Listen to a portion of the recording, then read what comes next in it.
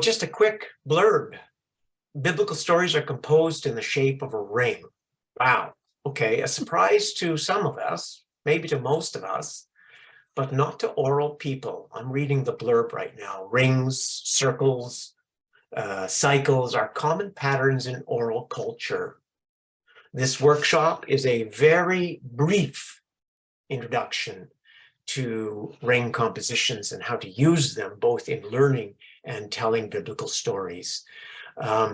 It's part of a larger project that I'm doing with NBS International, where I'm trying to create a resource for ring compositions, and so this is part of it. Those of you who might be interested afterward, I offer a 7-week course because it is a paradigm shift, what we're going to look at very briefly right now. And it takes a while and lots of practice. So, but I am convinced it's well worth the effort. So the goal is that you will learn the story of Pentecost, the first 4 verses. You're going to learn the story of Pentecost using this ancient method of ring compositions, and that's our main goal. All right. So again, I want to invite those of you who have come, if you don't mind turning your videos on so I can get some feedback and know who I'm talking to.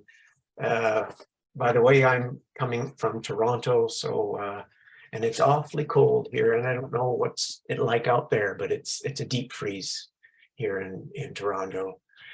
Okay, so let's open up in prayer. Holy Spirit, breath of God, come from heaven and fill this time.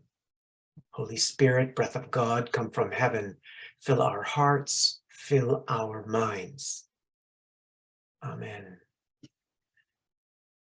So basically how this is going to work is I'm going to demonstrate for you a series of steps that I go through, both to find the rings and also to use them in my storytelling. And then I'm going to invite you to experience that process, okay?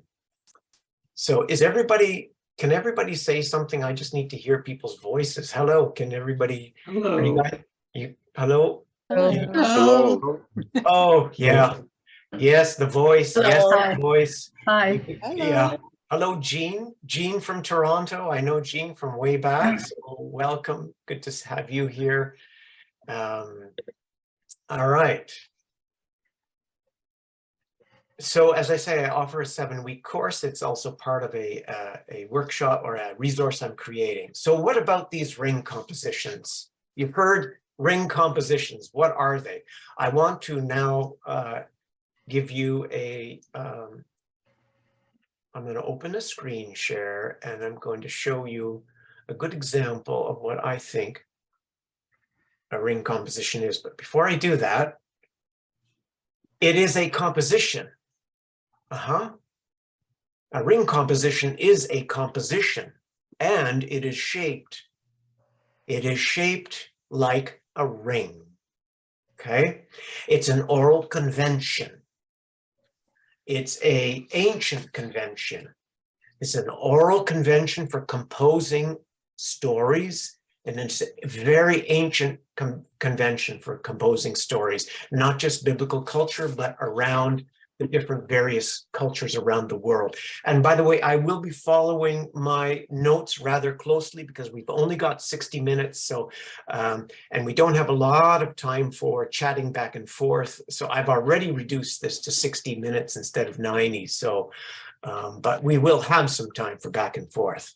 So it is a composition in the shape of a ring. So let me share. I like to think of it as a baptismal font. Can everybody see this? Can you guys see this? It's the baptismal font. It's an ancient baptismal font.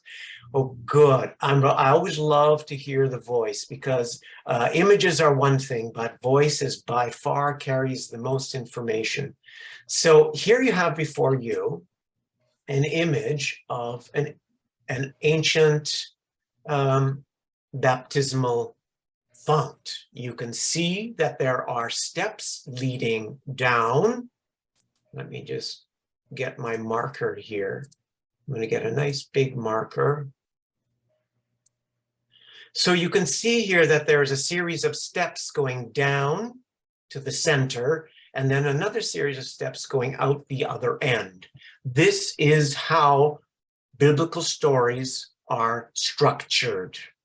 I often wonder if it had something to do with the geography of the land that they would compose like this. So what happens here is that you have at the beginning of the story, the black, or let me do it this way. You start over here and you move down to the red, which is another part of the story. You move down to the green. You move down to the yellow. You're moving through the story, and then you hit the center. Okay? Now, pay attention. Now, as you move out from the center, you hit a yellow. Ah, yellow. Have we not seen yellow before? We certainly have, just before the center. Ah, oh, interesting. That is what I would call the innermost ring of a ring composition. Okay, now we're going to move outside one more step toward the end of the story, and we come across a green. Okay, green would be some kind of a word or a linguistic word or theme that says, hey, have I not heard about the green theme way back here? Certainly just before the yellow. There's what we call another, this is called an inner ring. Okay, now we move linearly one more step toward the end of the story and we hit a red. When we hit the red, it jogs our memory. It's some kind of a word or a theme that brings us back to just almost the beginning. And sure enough, there's a red. And there's the ring. So here we have these inner rings that go down to the center, and of course the outer ring. So you have both rings moving that way, and then you have the linear motion going through the story. That, my friends, is the ancient convention in which most biblical stories are composed. Unlike most of us who think in terms of a linear way that stories function. So here's an example of the Annunciation in Luke chapter 2. What do you get in Luke chapter 2, if you remember? What? The Annunciation story begins with what? Gabriel being sent. Keyword. Verbs, by the way, will be your best friends. So here, black, okay, at the beginning, Gabriel is sent. What happens when you get to the end of the story? What does the storyteller do? He says Gabriel departed. He didn't have to say Gabriel departed, but this is a regular convention. So you have at the end, depart, the beginning, send. I call these sibling words. They belong to the same family. They're not exact repetitions, but they are sibling words. You do get a lot of exact repetitions, but not in this case. So if we go down one more step in the Annunciation story, we hear that, what? We hear Mary is engaged to a man by the name of Joseph. Mary's engaged. She's engaged to a husband. All right, let's move through the story. When we get just before the end, what do we hear, interestingly enough? We hear that Mary says, I am the Lord's bond servant. Is there a resonance between Mary's relationship with her husband and Mary's relationship with the Lord? Here we have the composer putting two different loyalties juxtaposed to one another. Mary must live within that tension. Okay, and then the story does the same thing as it moves through to the center. And what do you find in the center of the Annunciation story? The angel's message. That is the center. Every story has a center. It could be an angelic message. It could be a parable. It could be as small as one tiny word. The convention is stretched in very many ways but this is the convention. So that is how biblical rings work. Now, we're going to see how that works in the Pentecost story. All right, I'm going to remove this now from the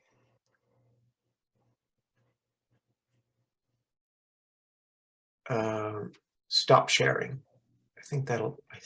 Yeah, here we go. All right, so are there any questions about that? Did that make sense to you in terms of how a ring composition works? I'm seeing a lot of nodding heads. Good, good, good, good, good, good, good. This is what you are looking for in any biblical story, and it works at both a micro and the macro level. I have done the whole Gospel of Luke and Acts and Deuteronomy and Revelation, the books, Paul's letters. They all use this very simple and yet wonderfully flexible convention. And we'll get into why that's the case. So, problem, folks, for most of us, we don't see these ring compositions. We can't see them in the story because we're not familiar with them. We don't know what we're looking for, but you do. You're in this workshop now and you're going to leave knowing what to look for when you try to learn your next biblical story. You know it, all right? So the problem is most of us have never seen this before and we don't know what to look for. Therefore, we default to a linear way of learning a biblical story.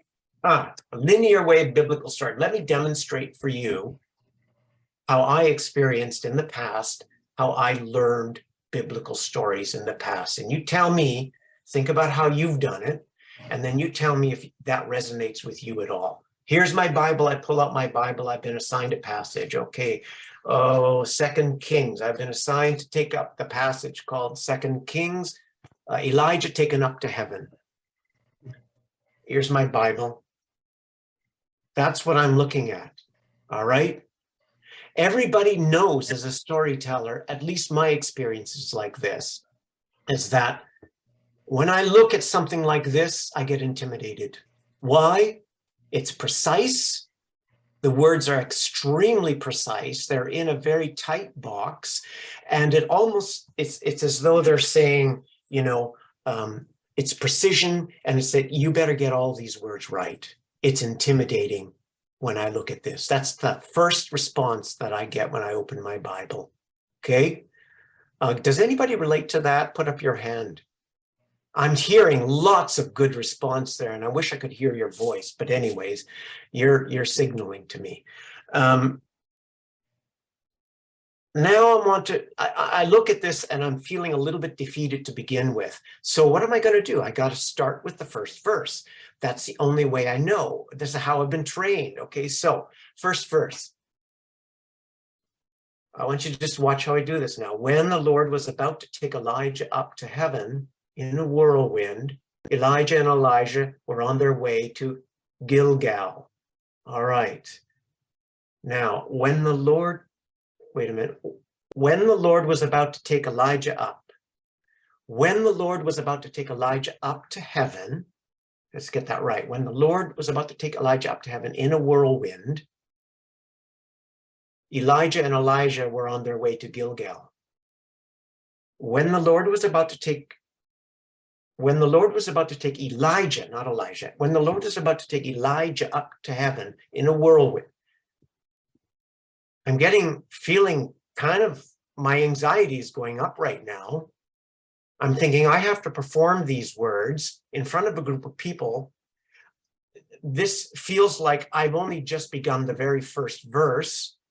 This feels like drudgery. I feel a little bit defeated. I feel a little bit like drudgery, and my anxiety is going up, and I'm kind of discouraged. And that's how I have learned biblical stories for years until something remarkable happened. You can read about it in the pre-course, the pre-workshop handout, where I met Kenneth Bailey, who talked about ring compositions, right? And I'm like, does this? I mean, this isn't here just for scholars to Google over or make, interesting footnotes. Could it be that these ring compositions were made for people like you and I in the trenches who need to learn stories? Could it be that it's a convention and a pattern that we can learn to follow? And sure enough, I started practicing. I thought I was wasting my time. I thought it was on another planet. I did it on my break at work once in the boiler room. And I'm thinking, am I wasting my time? But very soon the fruit began to bear. And I'm like, I am never going back. Okay. So when I did my linear learning, please chime in, open up your voices. When I demonstrated this first line, what did you notice? Unmute yourself. How long it would take to learn the story that way. It does take a long time. That's what I do. It takes a long time. It takes a long time. What else did you see? Please leave yourself unmuted. I think we're fine if we unmute. The noise is not going to trouble me at all. Chime in. Frustration. Yes. And raise your hand quickly before you speak. I want to know. Frustration. What else did you notice? Hesitancy. You end up repeating the first stuff a lot. Yeah. That's a great point, Wes. Guess what? By the time I move to the second verse, I will have forgotten some parts of the first verse and have to go back to the first verse and then relearn the first verse and go back to the second and the third and then have to go back to the first. So by the end of my story learning, the first part of the story is going to be very strong. And as I get to the end, it's going to become weaker. That's what I found. Okay, that's a great observation. Did you also notice how many times I looked at the Bible? Does any of you have that experience where you're trying to memorize something and you keep looking back at the paper Bible? Lots of nods. Oh, okay, good. Because this is part of the problem. And so the problem is it produces anxiety. The learning is full of anxiety, as well as the telling is full of anxiety. Somebody said, I don't remember who it was, but they said it's a festival participant who said they took 23 takes to film their epic telling story. 23 times, okay? The camera went on 23 times. That speaks to me of anxiety. Okay? So I want you to observe tonight when the epic telling happens. I really want you to pay very careful attention because listen, if you learn a story line by line, word by word, it is going to sound word by word, line by line. You will notice people will have lots of pauses. They'll say a short phrase and then they'll pause for a second and they'll go to another phrase that's not even a full sentence. So watch for pauses. You will see as people, they will make all kinds of inappropriate pauses because they've learned it line by line. They're not moving through the story. So there is a more excellent way, folks. There is. And I want to introduce it to you and hope this sparks something, some excitement about how to learn a biblical story. So enter the Ancient Academy of Biblical Storytelling. I want to give you now a series of demos of how I go through a story. First of all, how do I find these stepping stones? I'm calling them stepping stones. I'm going to show you how I find them, and I'm going to show you how I use them. And I want you to pay very careful attention. And then I want you to experience it. So, finding ancient stepping stones and using them, a way of learning and a way of telling. Here we go. I'm going to get rid of this, and I'm now going to open screen share. I'm going to screen share this piece here. Let's see. Can you guys Are you able to see this? Yes. Yes. Very good. Very, very, very good. I want to Yep. move this out. Thank you. And please keep your voices going because I love to hear. I need the feedback, guys. I need to know you're there. Otherwise, it feels like I'm speaking into what? Nirvana, oblivion. Void. The voice is very important. So when I look at this now, I am not full of dread, folks. I see a block of words, you know, and they're machined words, yes. But guess what? I'm going into this, I'm not feeling panicky. I'm actually feeling excited because I know I'm going to find something here. I'm going to find a ring composition, a pattern here. There is a center to this block of words. And I'm going in with a sense of excitement that I'm going to find something here that I've never seen before. Notice the difference between how I'm my first glance at the text.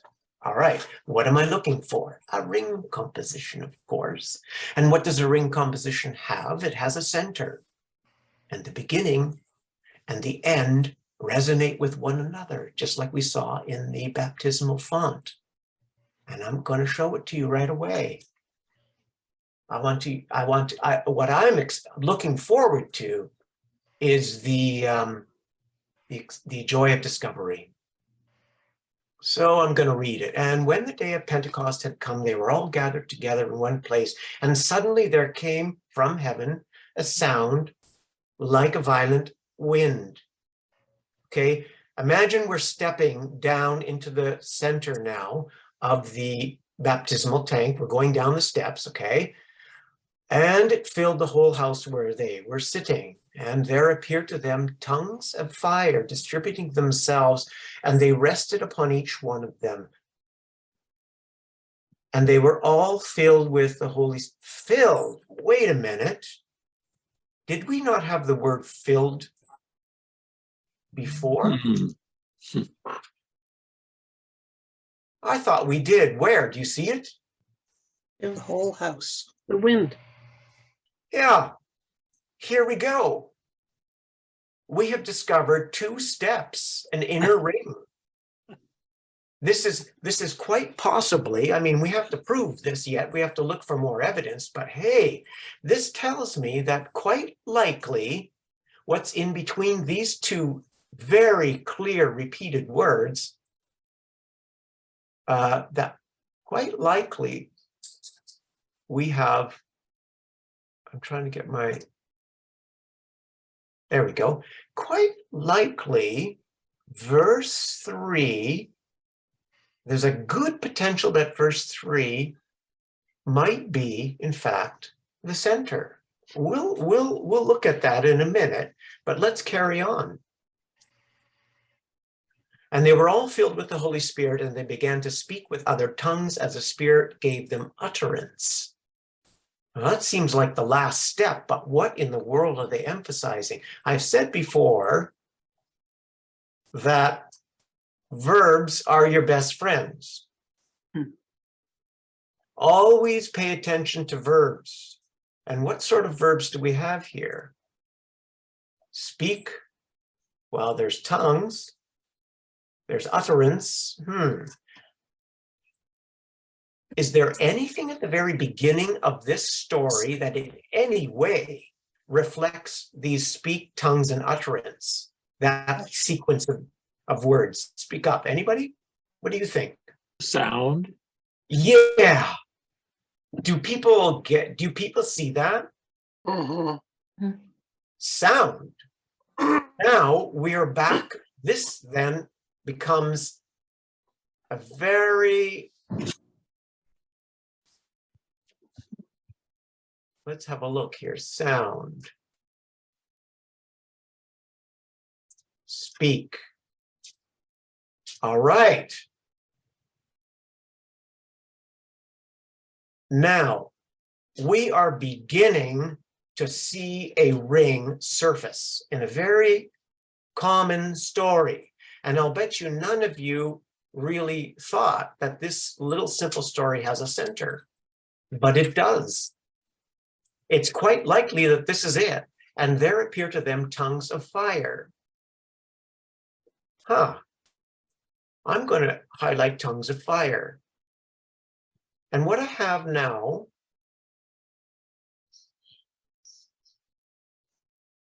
interestingly enough,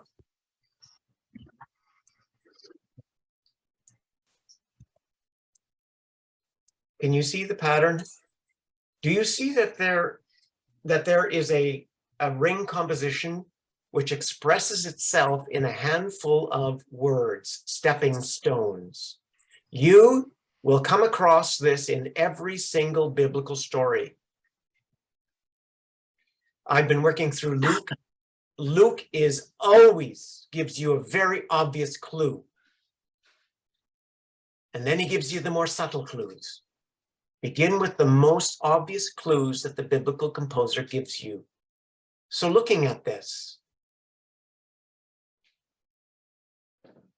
what did you notice as I went through this process?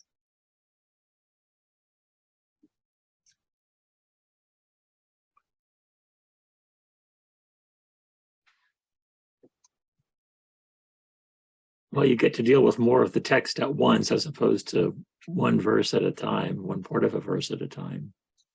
Right. John, you also have a vision. There's an image. It's not just words. There's an image and there's something happening. So Okay. you've gone from page text to basically film. Say more, Gene. I'm not understanding what you mean. Oh, you've gone, well, when you started, you had words on a page, which is Yeah. good. And, you know, it's extracted so you can work with it. But when you go through this process, you're creating the image. So you've gone from print to script to film. Do you mean the image of the baptismal font? No, well, the image of what is happening. This is, you know, a story has action. Going back to your guidance of, you know, going to the verbs. You've now got action happening. That's right. Yeah. Yeah. And so it's not just the sequence of the words. There's an action. Right. Yeah. And it's visual. It's visual. It's also highly relational.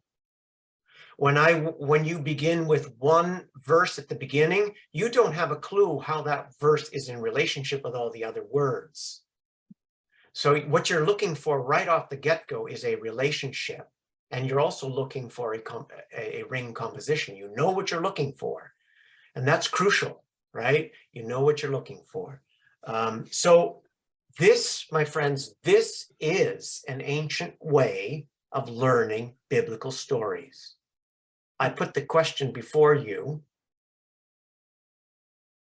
Did the composer, Luke in this case, did he intend for us to see this? Did he make this intentional? Or am I just imposing this upon the text? I think it's highly likely that there's some intention to it. After all, at the time, most of the people wouldn't have been literate, wouldn't have had access to written copies. You know, now we carry around our books. I'm sitting in front of shelves and shelves of books because I don't have to remember it. But when you think about biblical times, storytelling, oral storytelling was a tradition. So I do think that there's probably some intention, whether he was aware of it or not. It could have just simply been what he had grown up with. Right.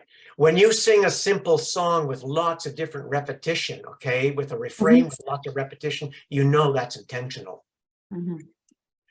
When you begin to see this pattern reappearing over and over again, as I have for 10 years, in micro form and macro form, you begin to realize this is highly intentional and it's very evocative in terms of the message it leaves us, which we'll get to in a minute.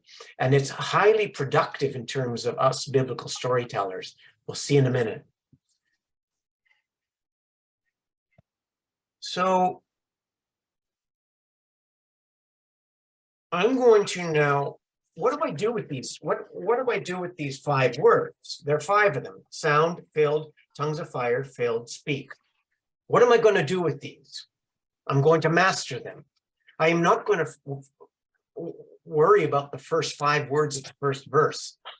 I'm going to give what Luke has now given me. He has led me into the secret of his story because I know what I'm looking for. What am I going to do with these words? Where am I going to put my time and energy? Well, I'm going to sculpt these words into gestures. I'm going to focus on them. I'm going to run them through the mill. I'm going to really work with them and them alone, and I'm going to ignore the other details. Here's how I do it. I have a workspace of 180 degrees. Here I begin. Look at the sweep of 180 degrees. I can do the standing, I can do the sitting, I can do it on the bus. Okay, and I'm going to divide this 180 degrees into 5 parts because there's 5 words. 1, 2, 3, center point, 4, shift over a little bit, and 5. All right, I'm going to plug into these slots my 5 words. Sound came from heaven. Work on sculpting this. How do I do this sound? I'm thinking, am I afraid? Am I cowering? Not really. It's kind of like, it reminds me of when you see a jet plane, a fighter plane in the sky, and you hear the roar, but you can't see it. So that's kind of the effect I want to get. And I'm going to remind myself that this is sound by putting my hand on my ear. Suddenly a sound appeared. A sound happened. John, excuse me, we're still seeing this text. Oh, you're not seeing me. No, Yeah. thank you. Can you see me? Oh, wow. So you mean when the text is on, you can't see me? Yeah, I can still see you. It depends on the view people put it Okay. in. The same size as the rest of us. Okay, is this better? Yep. Yeah. Okay. Now, I demonstrated that there are the 180 degrees. Now I'm going to plug my keywords in, starting way over here to my right. Sound. A sound came out of heaven. That's all I'm going to focus on, folks. That's it. And I'm going to put gestures on this. And I'm going to experiment and deepen it. How a sound came out of heaven. Oh, okay, I like that. That resonates with my body. Not just sound came out of heaven. This is very general, vague, and doesn't do much for me at all. It doesn't connect to my body at all. This does. Leaning into it a little bit.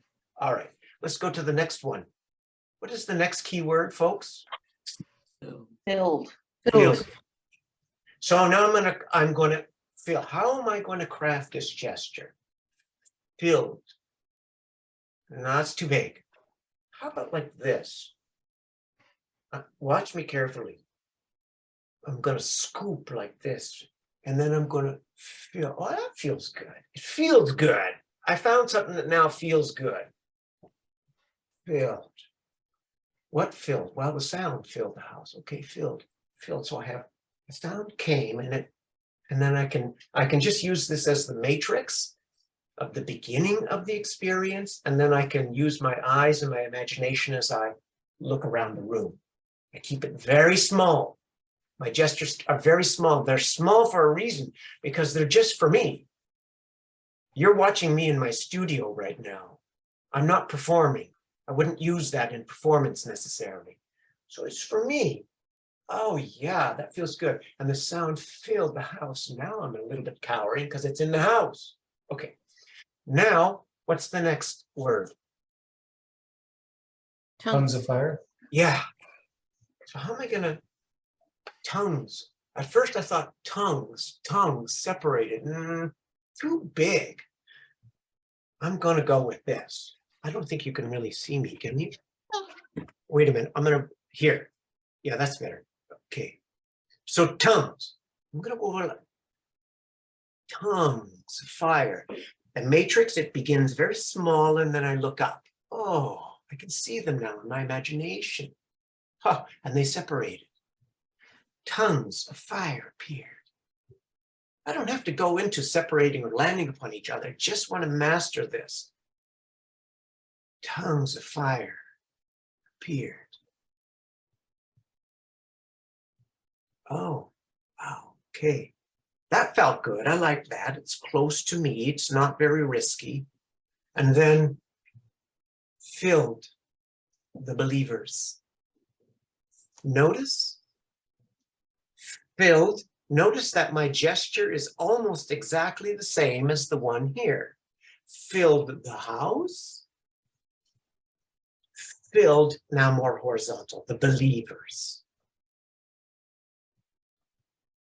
Filled the believers. And the believers, and they were all, and then they began to speak in other tongues. They began to speak. They began to speak. That's my favorite one. They began to speak. And you will find a favorite gesture. And you stick with your favorite gesture. And when you're telling it, you focus on what really resonates with you. And this one feels fun because they all start speaking. Okay? Now I want us to do that. I want each and every one of us now to turn to your left, all the way to your left, all the way over to your left, right, all the way over to your left, each and every one of you. All right. And now you follow me. We're going to work on the first gesture. A sound came from heaven. Now, guess what? Isn't that interesting, folks? Now, I want each and every one of you to open your well, maybe not. Don't open your audio yet, but you need to speak. Because what you're doing here is you're bringing together your voice and your body. It's bringing together both the word and the body. So speak this word out loud. Heaven, and a sound came out of heaven. And the sound came out of heaven. Okay, do it again. And the sound came out of heaven. Okay. Right. All right, now I want us to do the next. Filled the house. Very slowly, make it very slow, really get into it. Filled the house. Scoop it out, yeah. Filled the house. Right. Can you feel it going into your body? Can you feel it resonating with your body and your imagination? You keep working it until it starts to resonate with your body and your imagination. Yeah, that's right. Okay, now let's go to the next one. Tongues of fire. Tongues of fire appeared. That's right. You got it. Tongues of fire appeared. And you might want to then use your imagination and just look at those tongues of fire. Yeah. Okay. Now shift your position slightly over, away from center, and let's go with filled the believers. So same thing, filled the believers. Yeah. And say it out loud, say the words out loud. Filled the believers. That's right. You say the word, you must always use your voice and your gesture together. All of them were filled with the Holy Spirit. Right. Yeah. And then the last one, let's move all the way over to a profile position. and they began to speak. Remember, use your voice and gesture together. And they began to speak. That's right. Oh, yeah. Enjoy it. Enjoy your gestures. Real. This is meditation. This is what's called meditation. We meditate with movement. Movement and meditation and word all come together. Now notice, what are you noticing about this type of learning? Open up your audio. It's physical. Yeah. Okay. Not scary. Not scary. Raise The your hand words- when you the raise your words- hand when you speak. Hmm? The words that ride upon upon the gestures, almost like a train has things on top of it. The words are like on top, but it's being carried by the gesture, by the meaning, by the image. Yep. Good. Thank you. Anybody else? What are you noticing? The Yes, kinetic Rachel? movements, by having to move your hands and your body around is to helping you get the words out of your head. Yeah. That's right. Okay. It's an embodiment of the text. It's an embodiment of the text. The word became flesh, did it not? We are all practicing the word becoming flesh. That's what we're doing. All right. So now I want to demonstrate the next part of what I do. Remember, I'm unpacking something that takes 7 weeks to really grasp. So know that there is, there are resources available after this, if you want to pursue it, because this is a really brief one. So here's the next step. I want to master the flow. I've sculpted the words. Now watch me as I master the flow from beginning to end. I'm focusing now not on sculpting because I figured it out. And a sound came from heaven. It filled the house and tongues appeared. And the Holy Spirit filled all the believers and they began to speak. See the flow? I mastered over and over again. A sound came out of heaven. It filled the whole house. Tongues of fire appeared. And then it filled the believers. And they began to speak. Flow. Every story has a river that runs through it. These ring compositions also are a river. You master the stepping stones. So it's a hop, skip, and jump through the story. Okay, so I'd like you each now to do that. Go all the way over to your left and move through the flow of the story. Carefully, but with flow.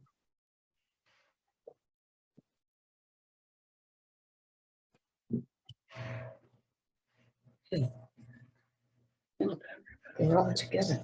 And suddenly, from heaven came a rush of violent.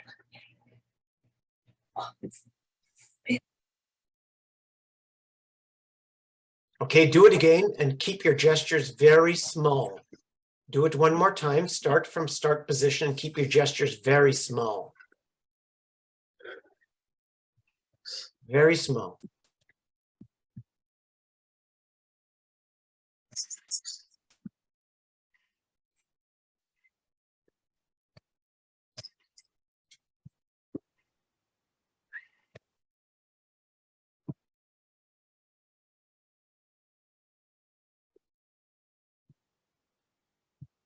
Okay. Tell me how it feels. Did you feel the flow? Could you open up your mics? Did you feel the flow? Absolutely, yes. Sorry. Who said that? Bev. Bev. Okay, Bev, absolutely yes. Did you feel the flow? Did anybody else feel the flow? I'm getting nodding. Yes, yes, good. All biblical stories have a river that runs through it. Usually verbs, sometimes, like in this case, tongues is not a verb. but it's powerfully resonating as the center point. Mhm.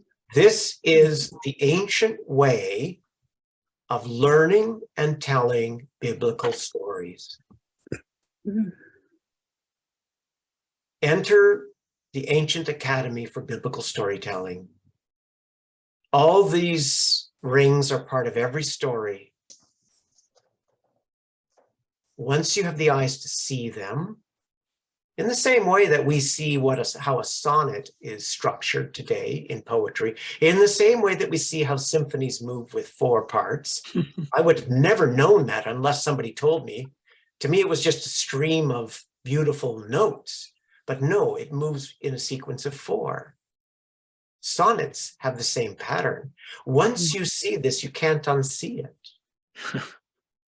It is a structure, a school is built, a training program for you is built right in each story. It's carefully designed and it gives you obvious clues, and then you move to the more subtle clues. All right? Does anybody want to go back to line by line learning? I don't know about you, but I don't. No. This is more fun, This more exciting. this takes us away from rote and actually from the words to the meaning and visualizing not the words but the action. So it's a anti-rote. It is anti-rote. And Yeah. most of us default to rote and linear learning. And it's devastating. It destroys biblical storytelling. So I'm going to call upon Isaac now. You are going to go into pairs. And you are going to use your stepping stones, your little gestures. And I'm asking you to keep with the tiny little gestures to help you along the way. But I want you to look at the person you're telling the story to. So I'll demonstrate it for you. Watch what I'm asking you to do. Notice how I'm watching you, but I'm using my gestures. This is what happened one day. It was Pentecost. It was a sound came out of heaven. And then it filled the place where they were seated. And these tongues of fire appeared. They landed upon each one of them. And then the Holy Spirit filled all the believers. And they all began speaking in other languages as the Spirit himself gave them power.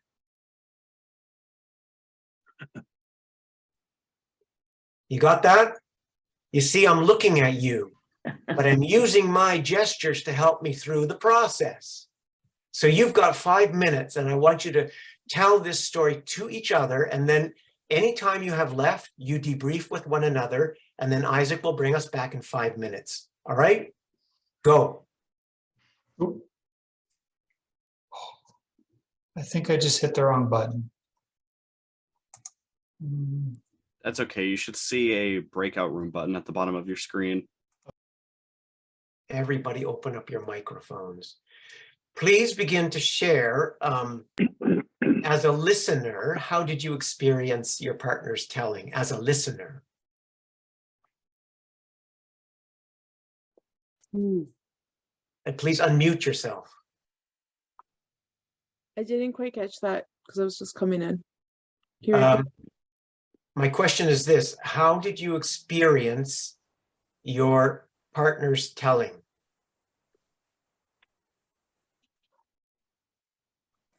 He was very present in his telling. Very present. Okay, very present. All right. How else? How else did you tell me of the listener? Your experience as a listener. I wanted to listen. Who said that? This suit me. Susan. You wanted to listen. Yes.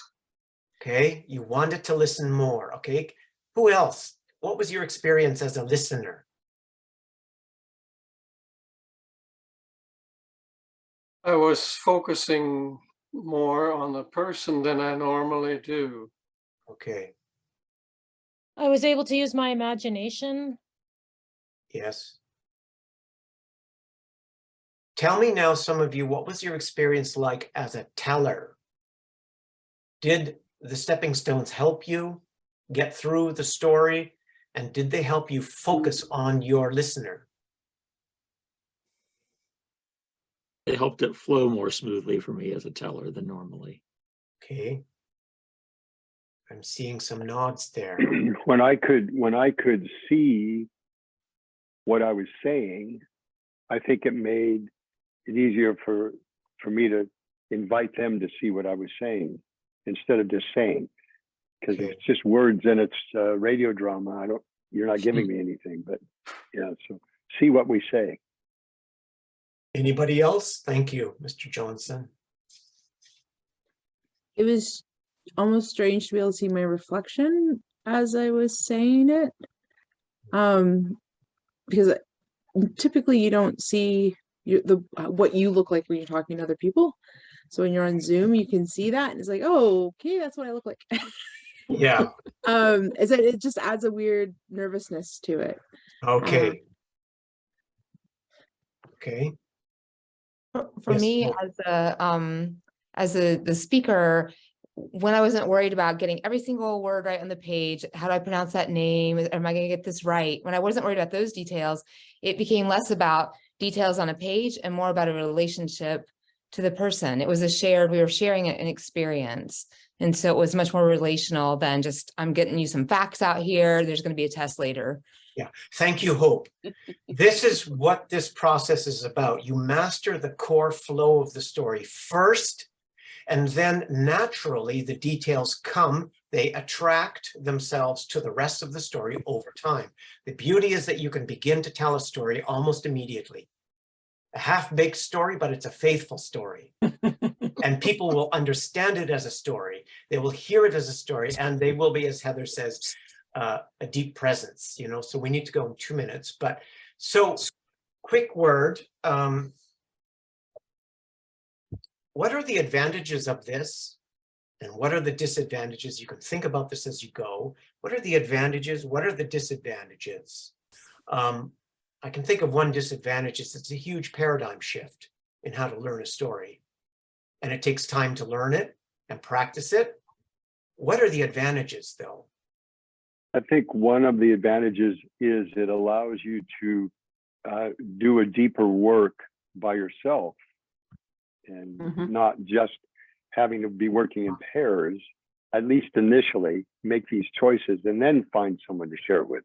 Yes. That seems like an advantage. I like the word deep. This method takes you deep into each word. Okay.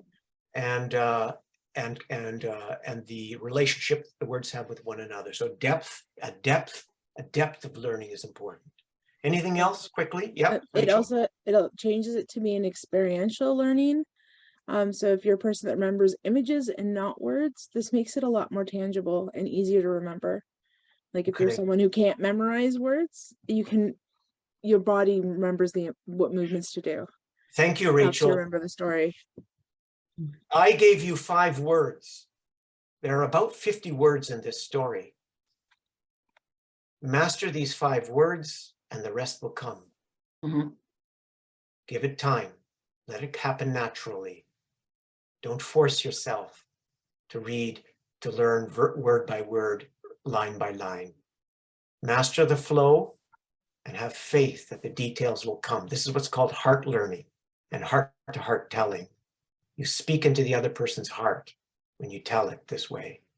Okay, we got to go. Thank you all for joining. One quick word of blessing as you go. You are all carriers of God's story. Go then in the authority and in the mercy of Jesus. Go in peace. Go in peace. Thank you, John. Thank you. Thank you, John. Yeah, go in peace.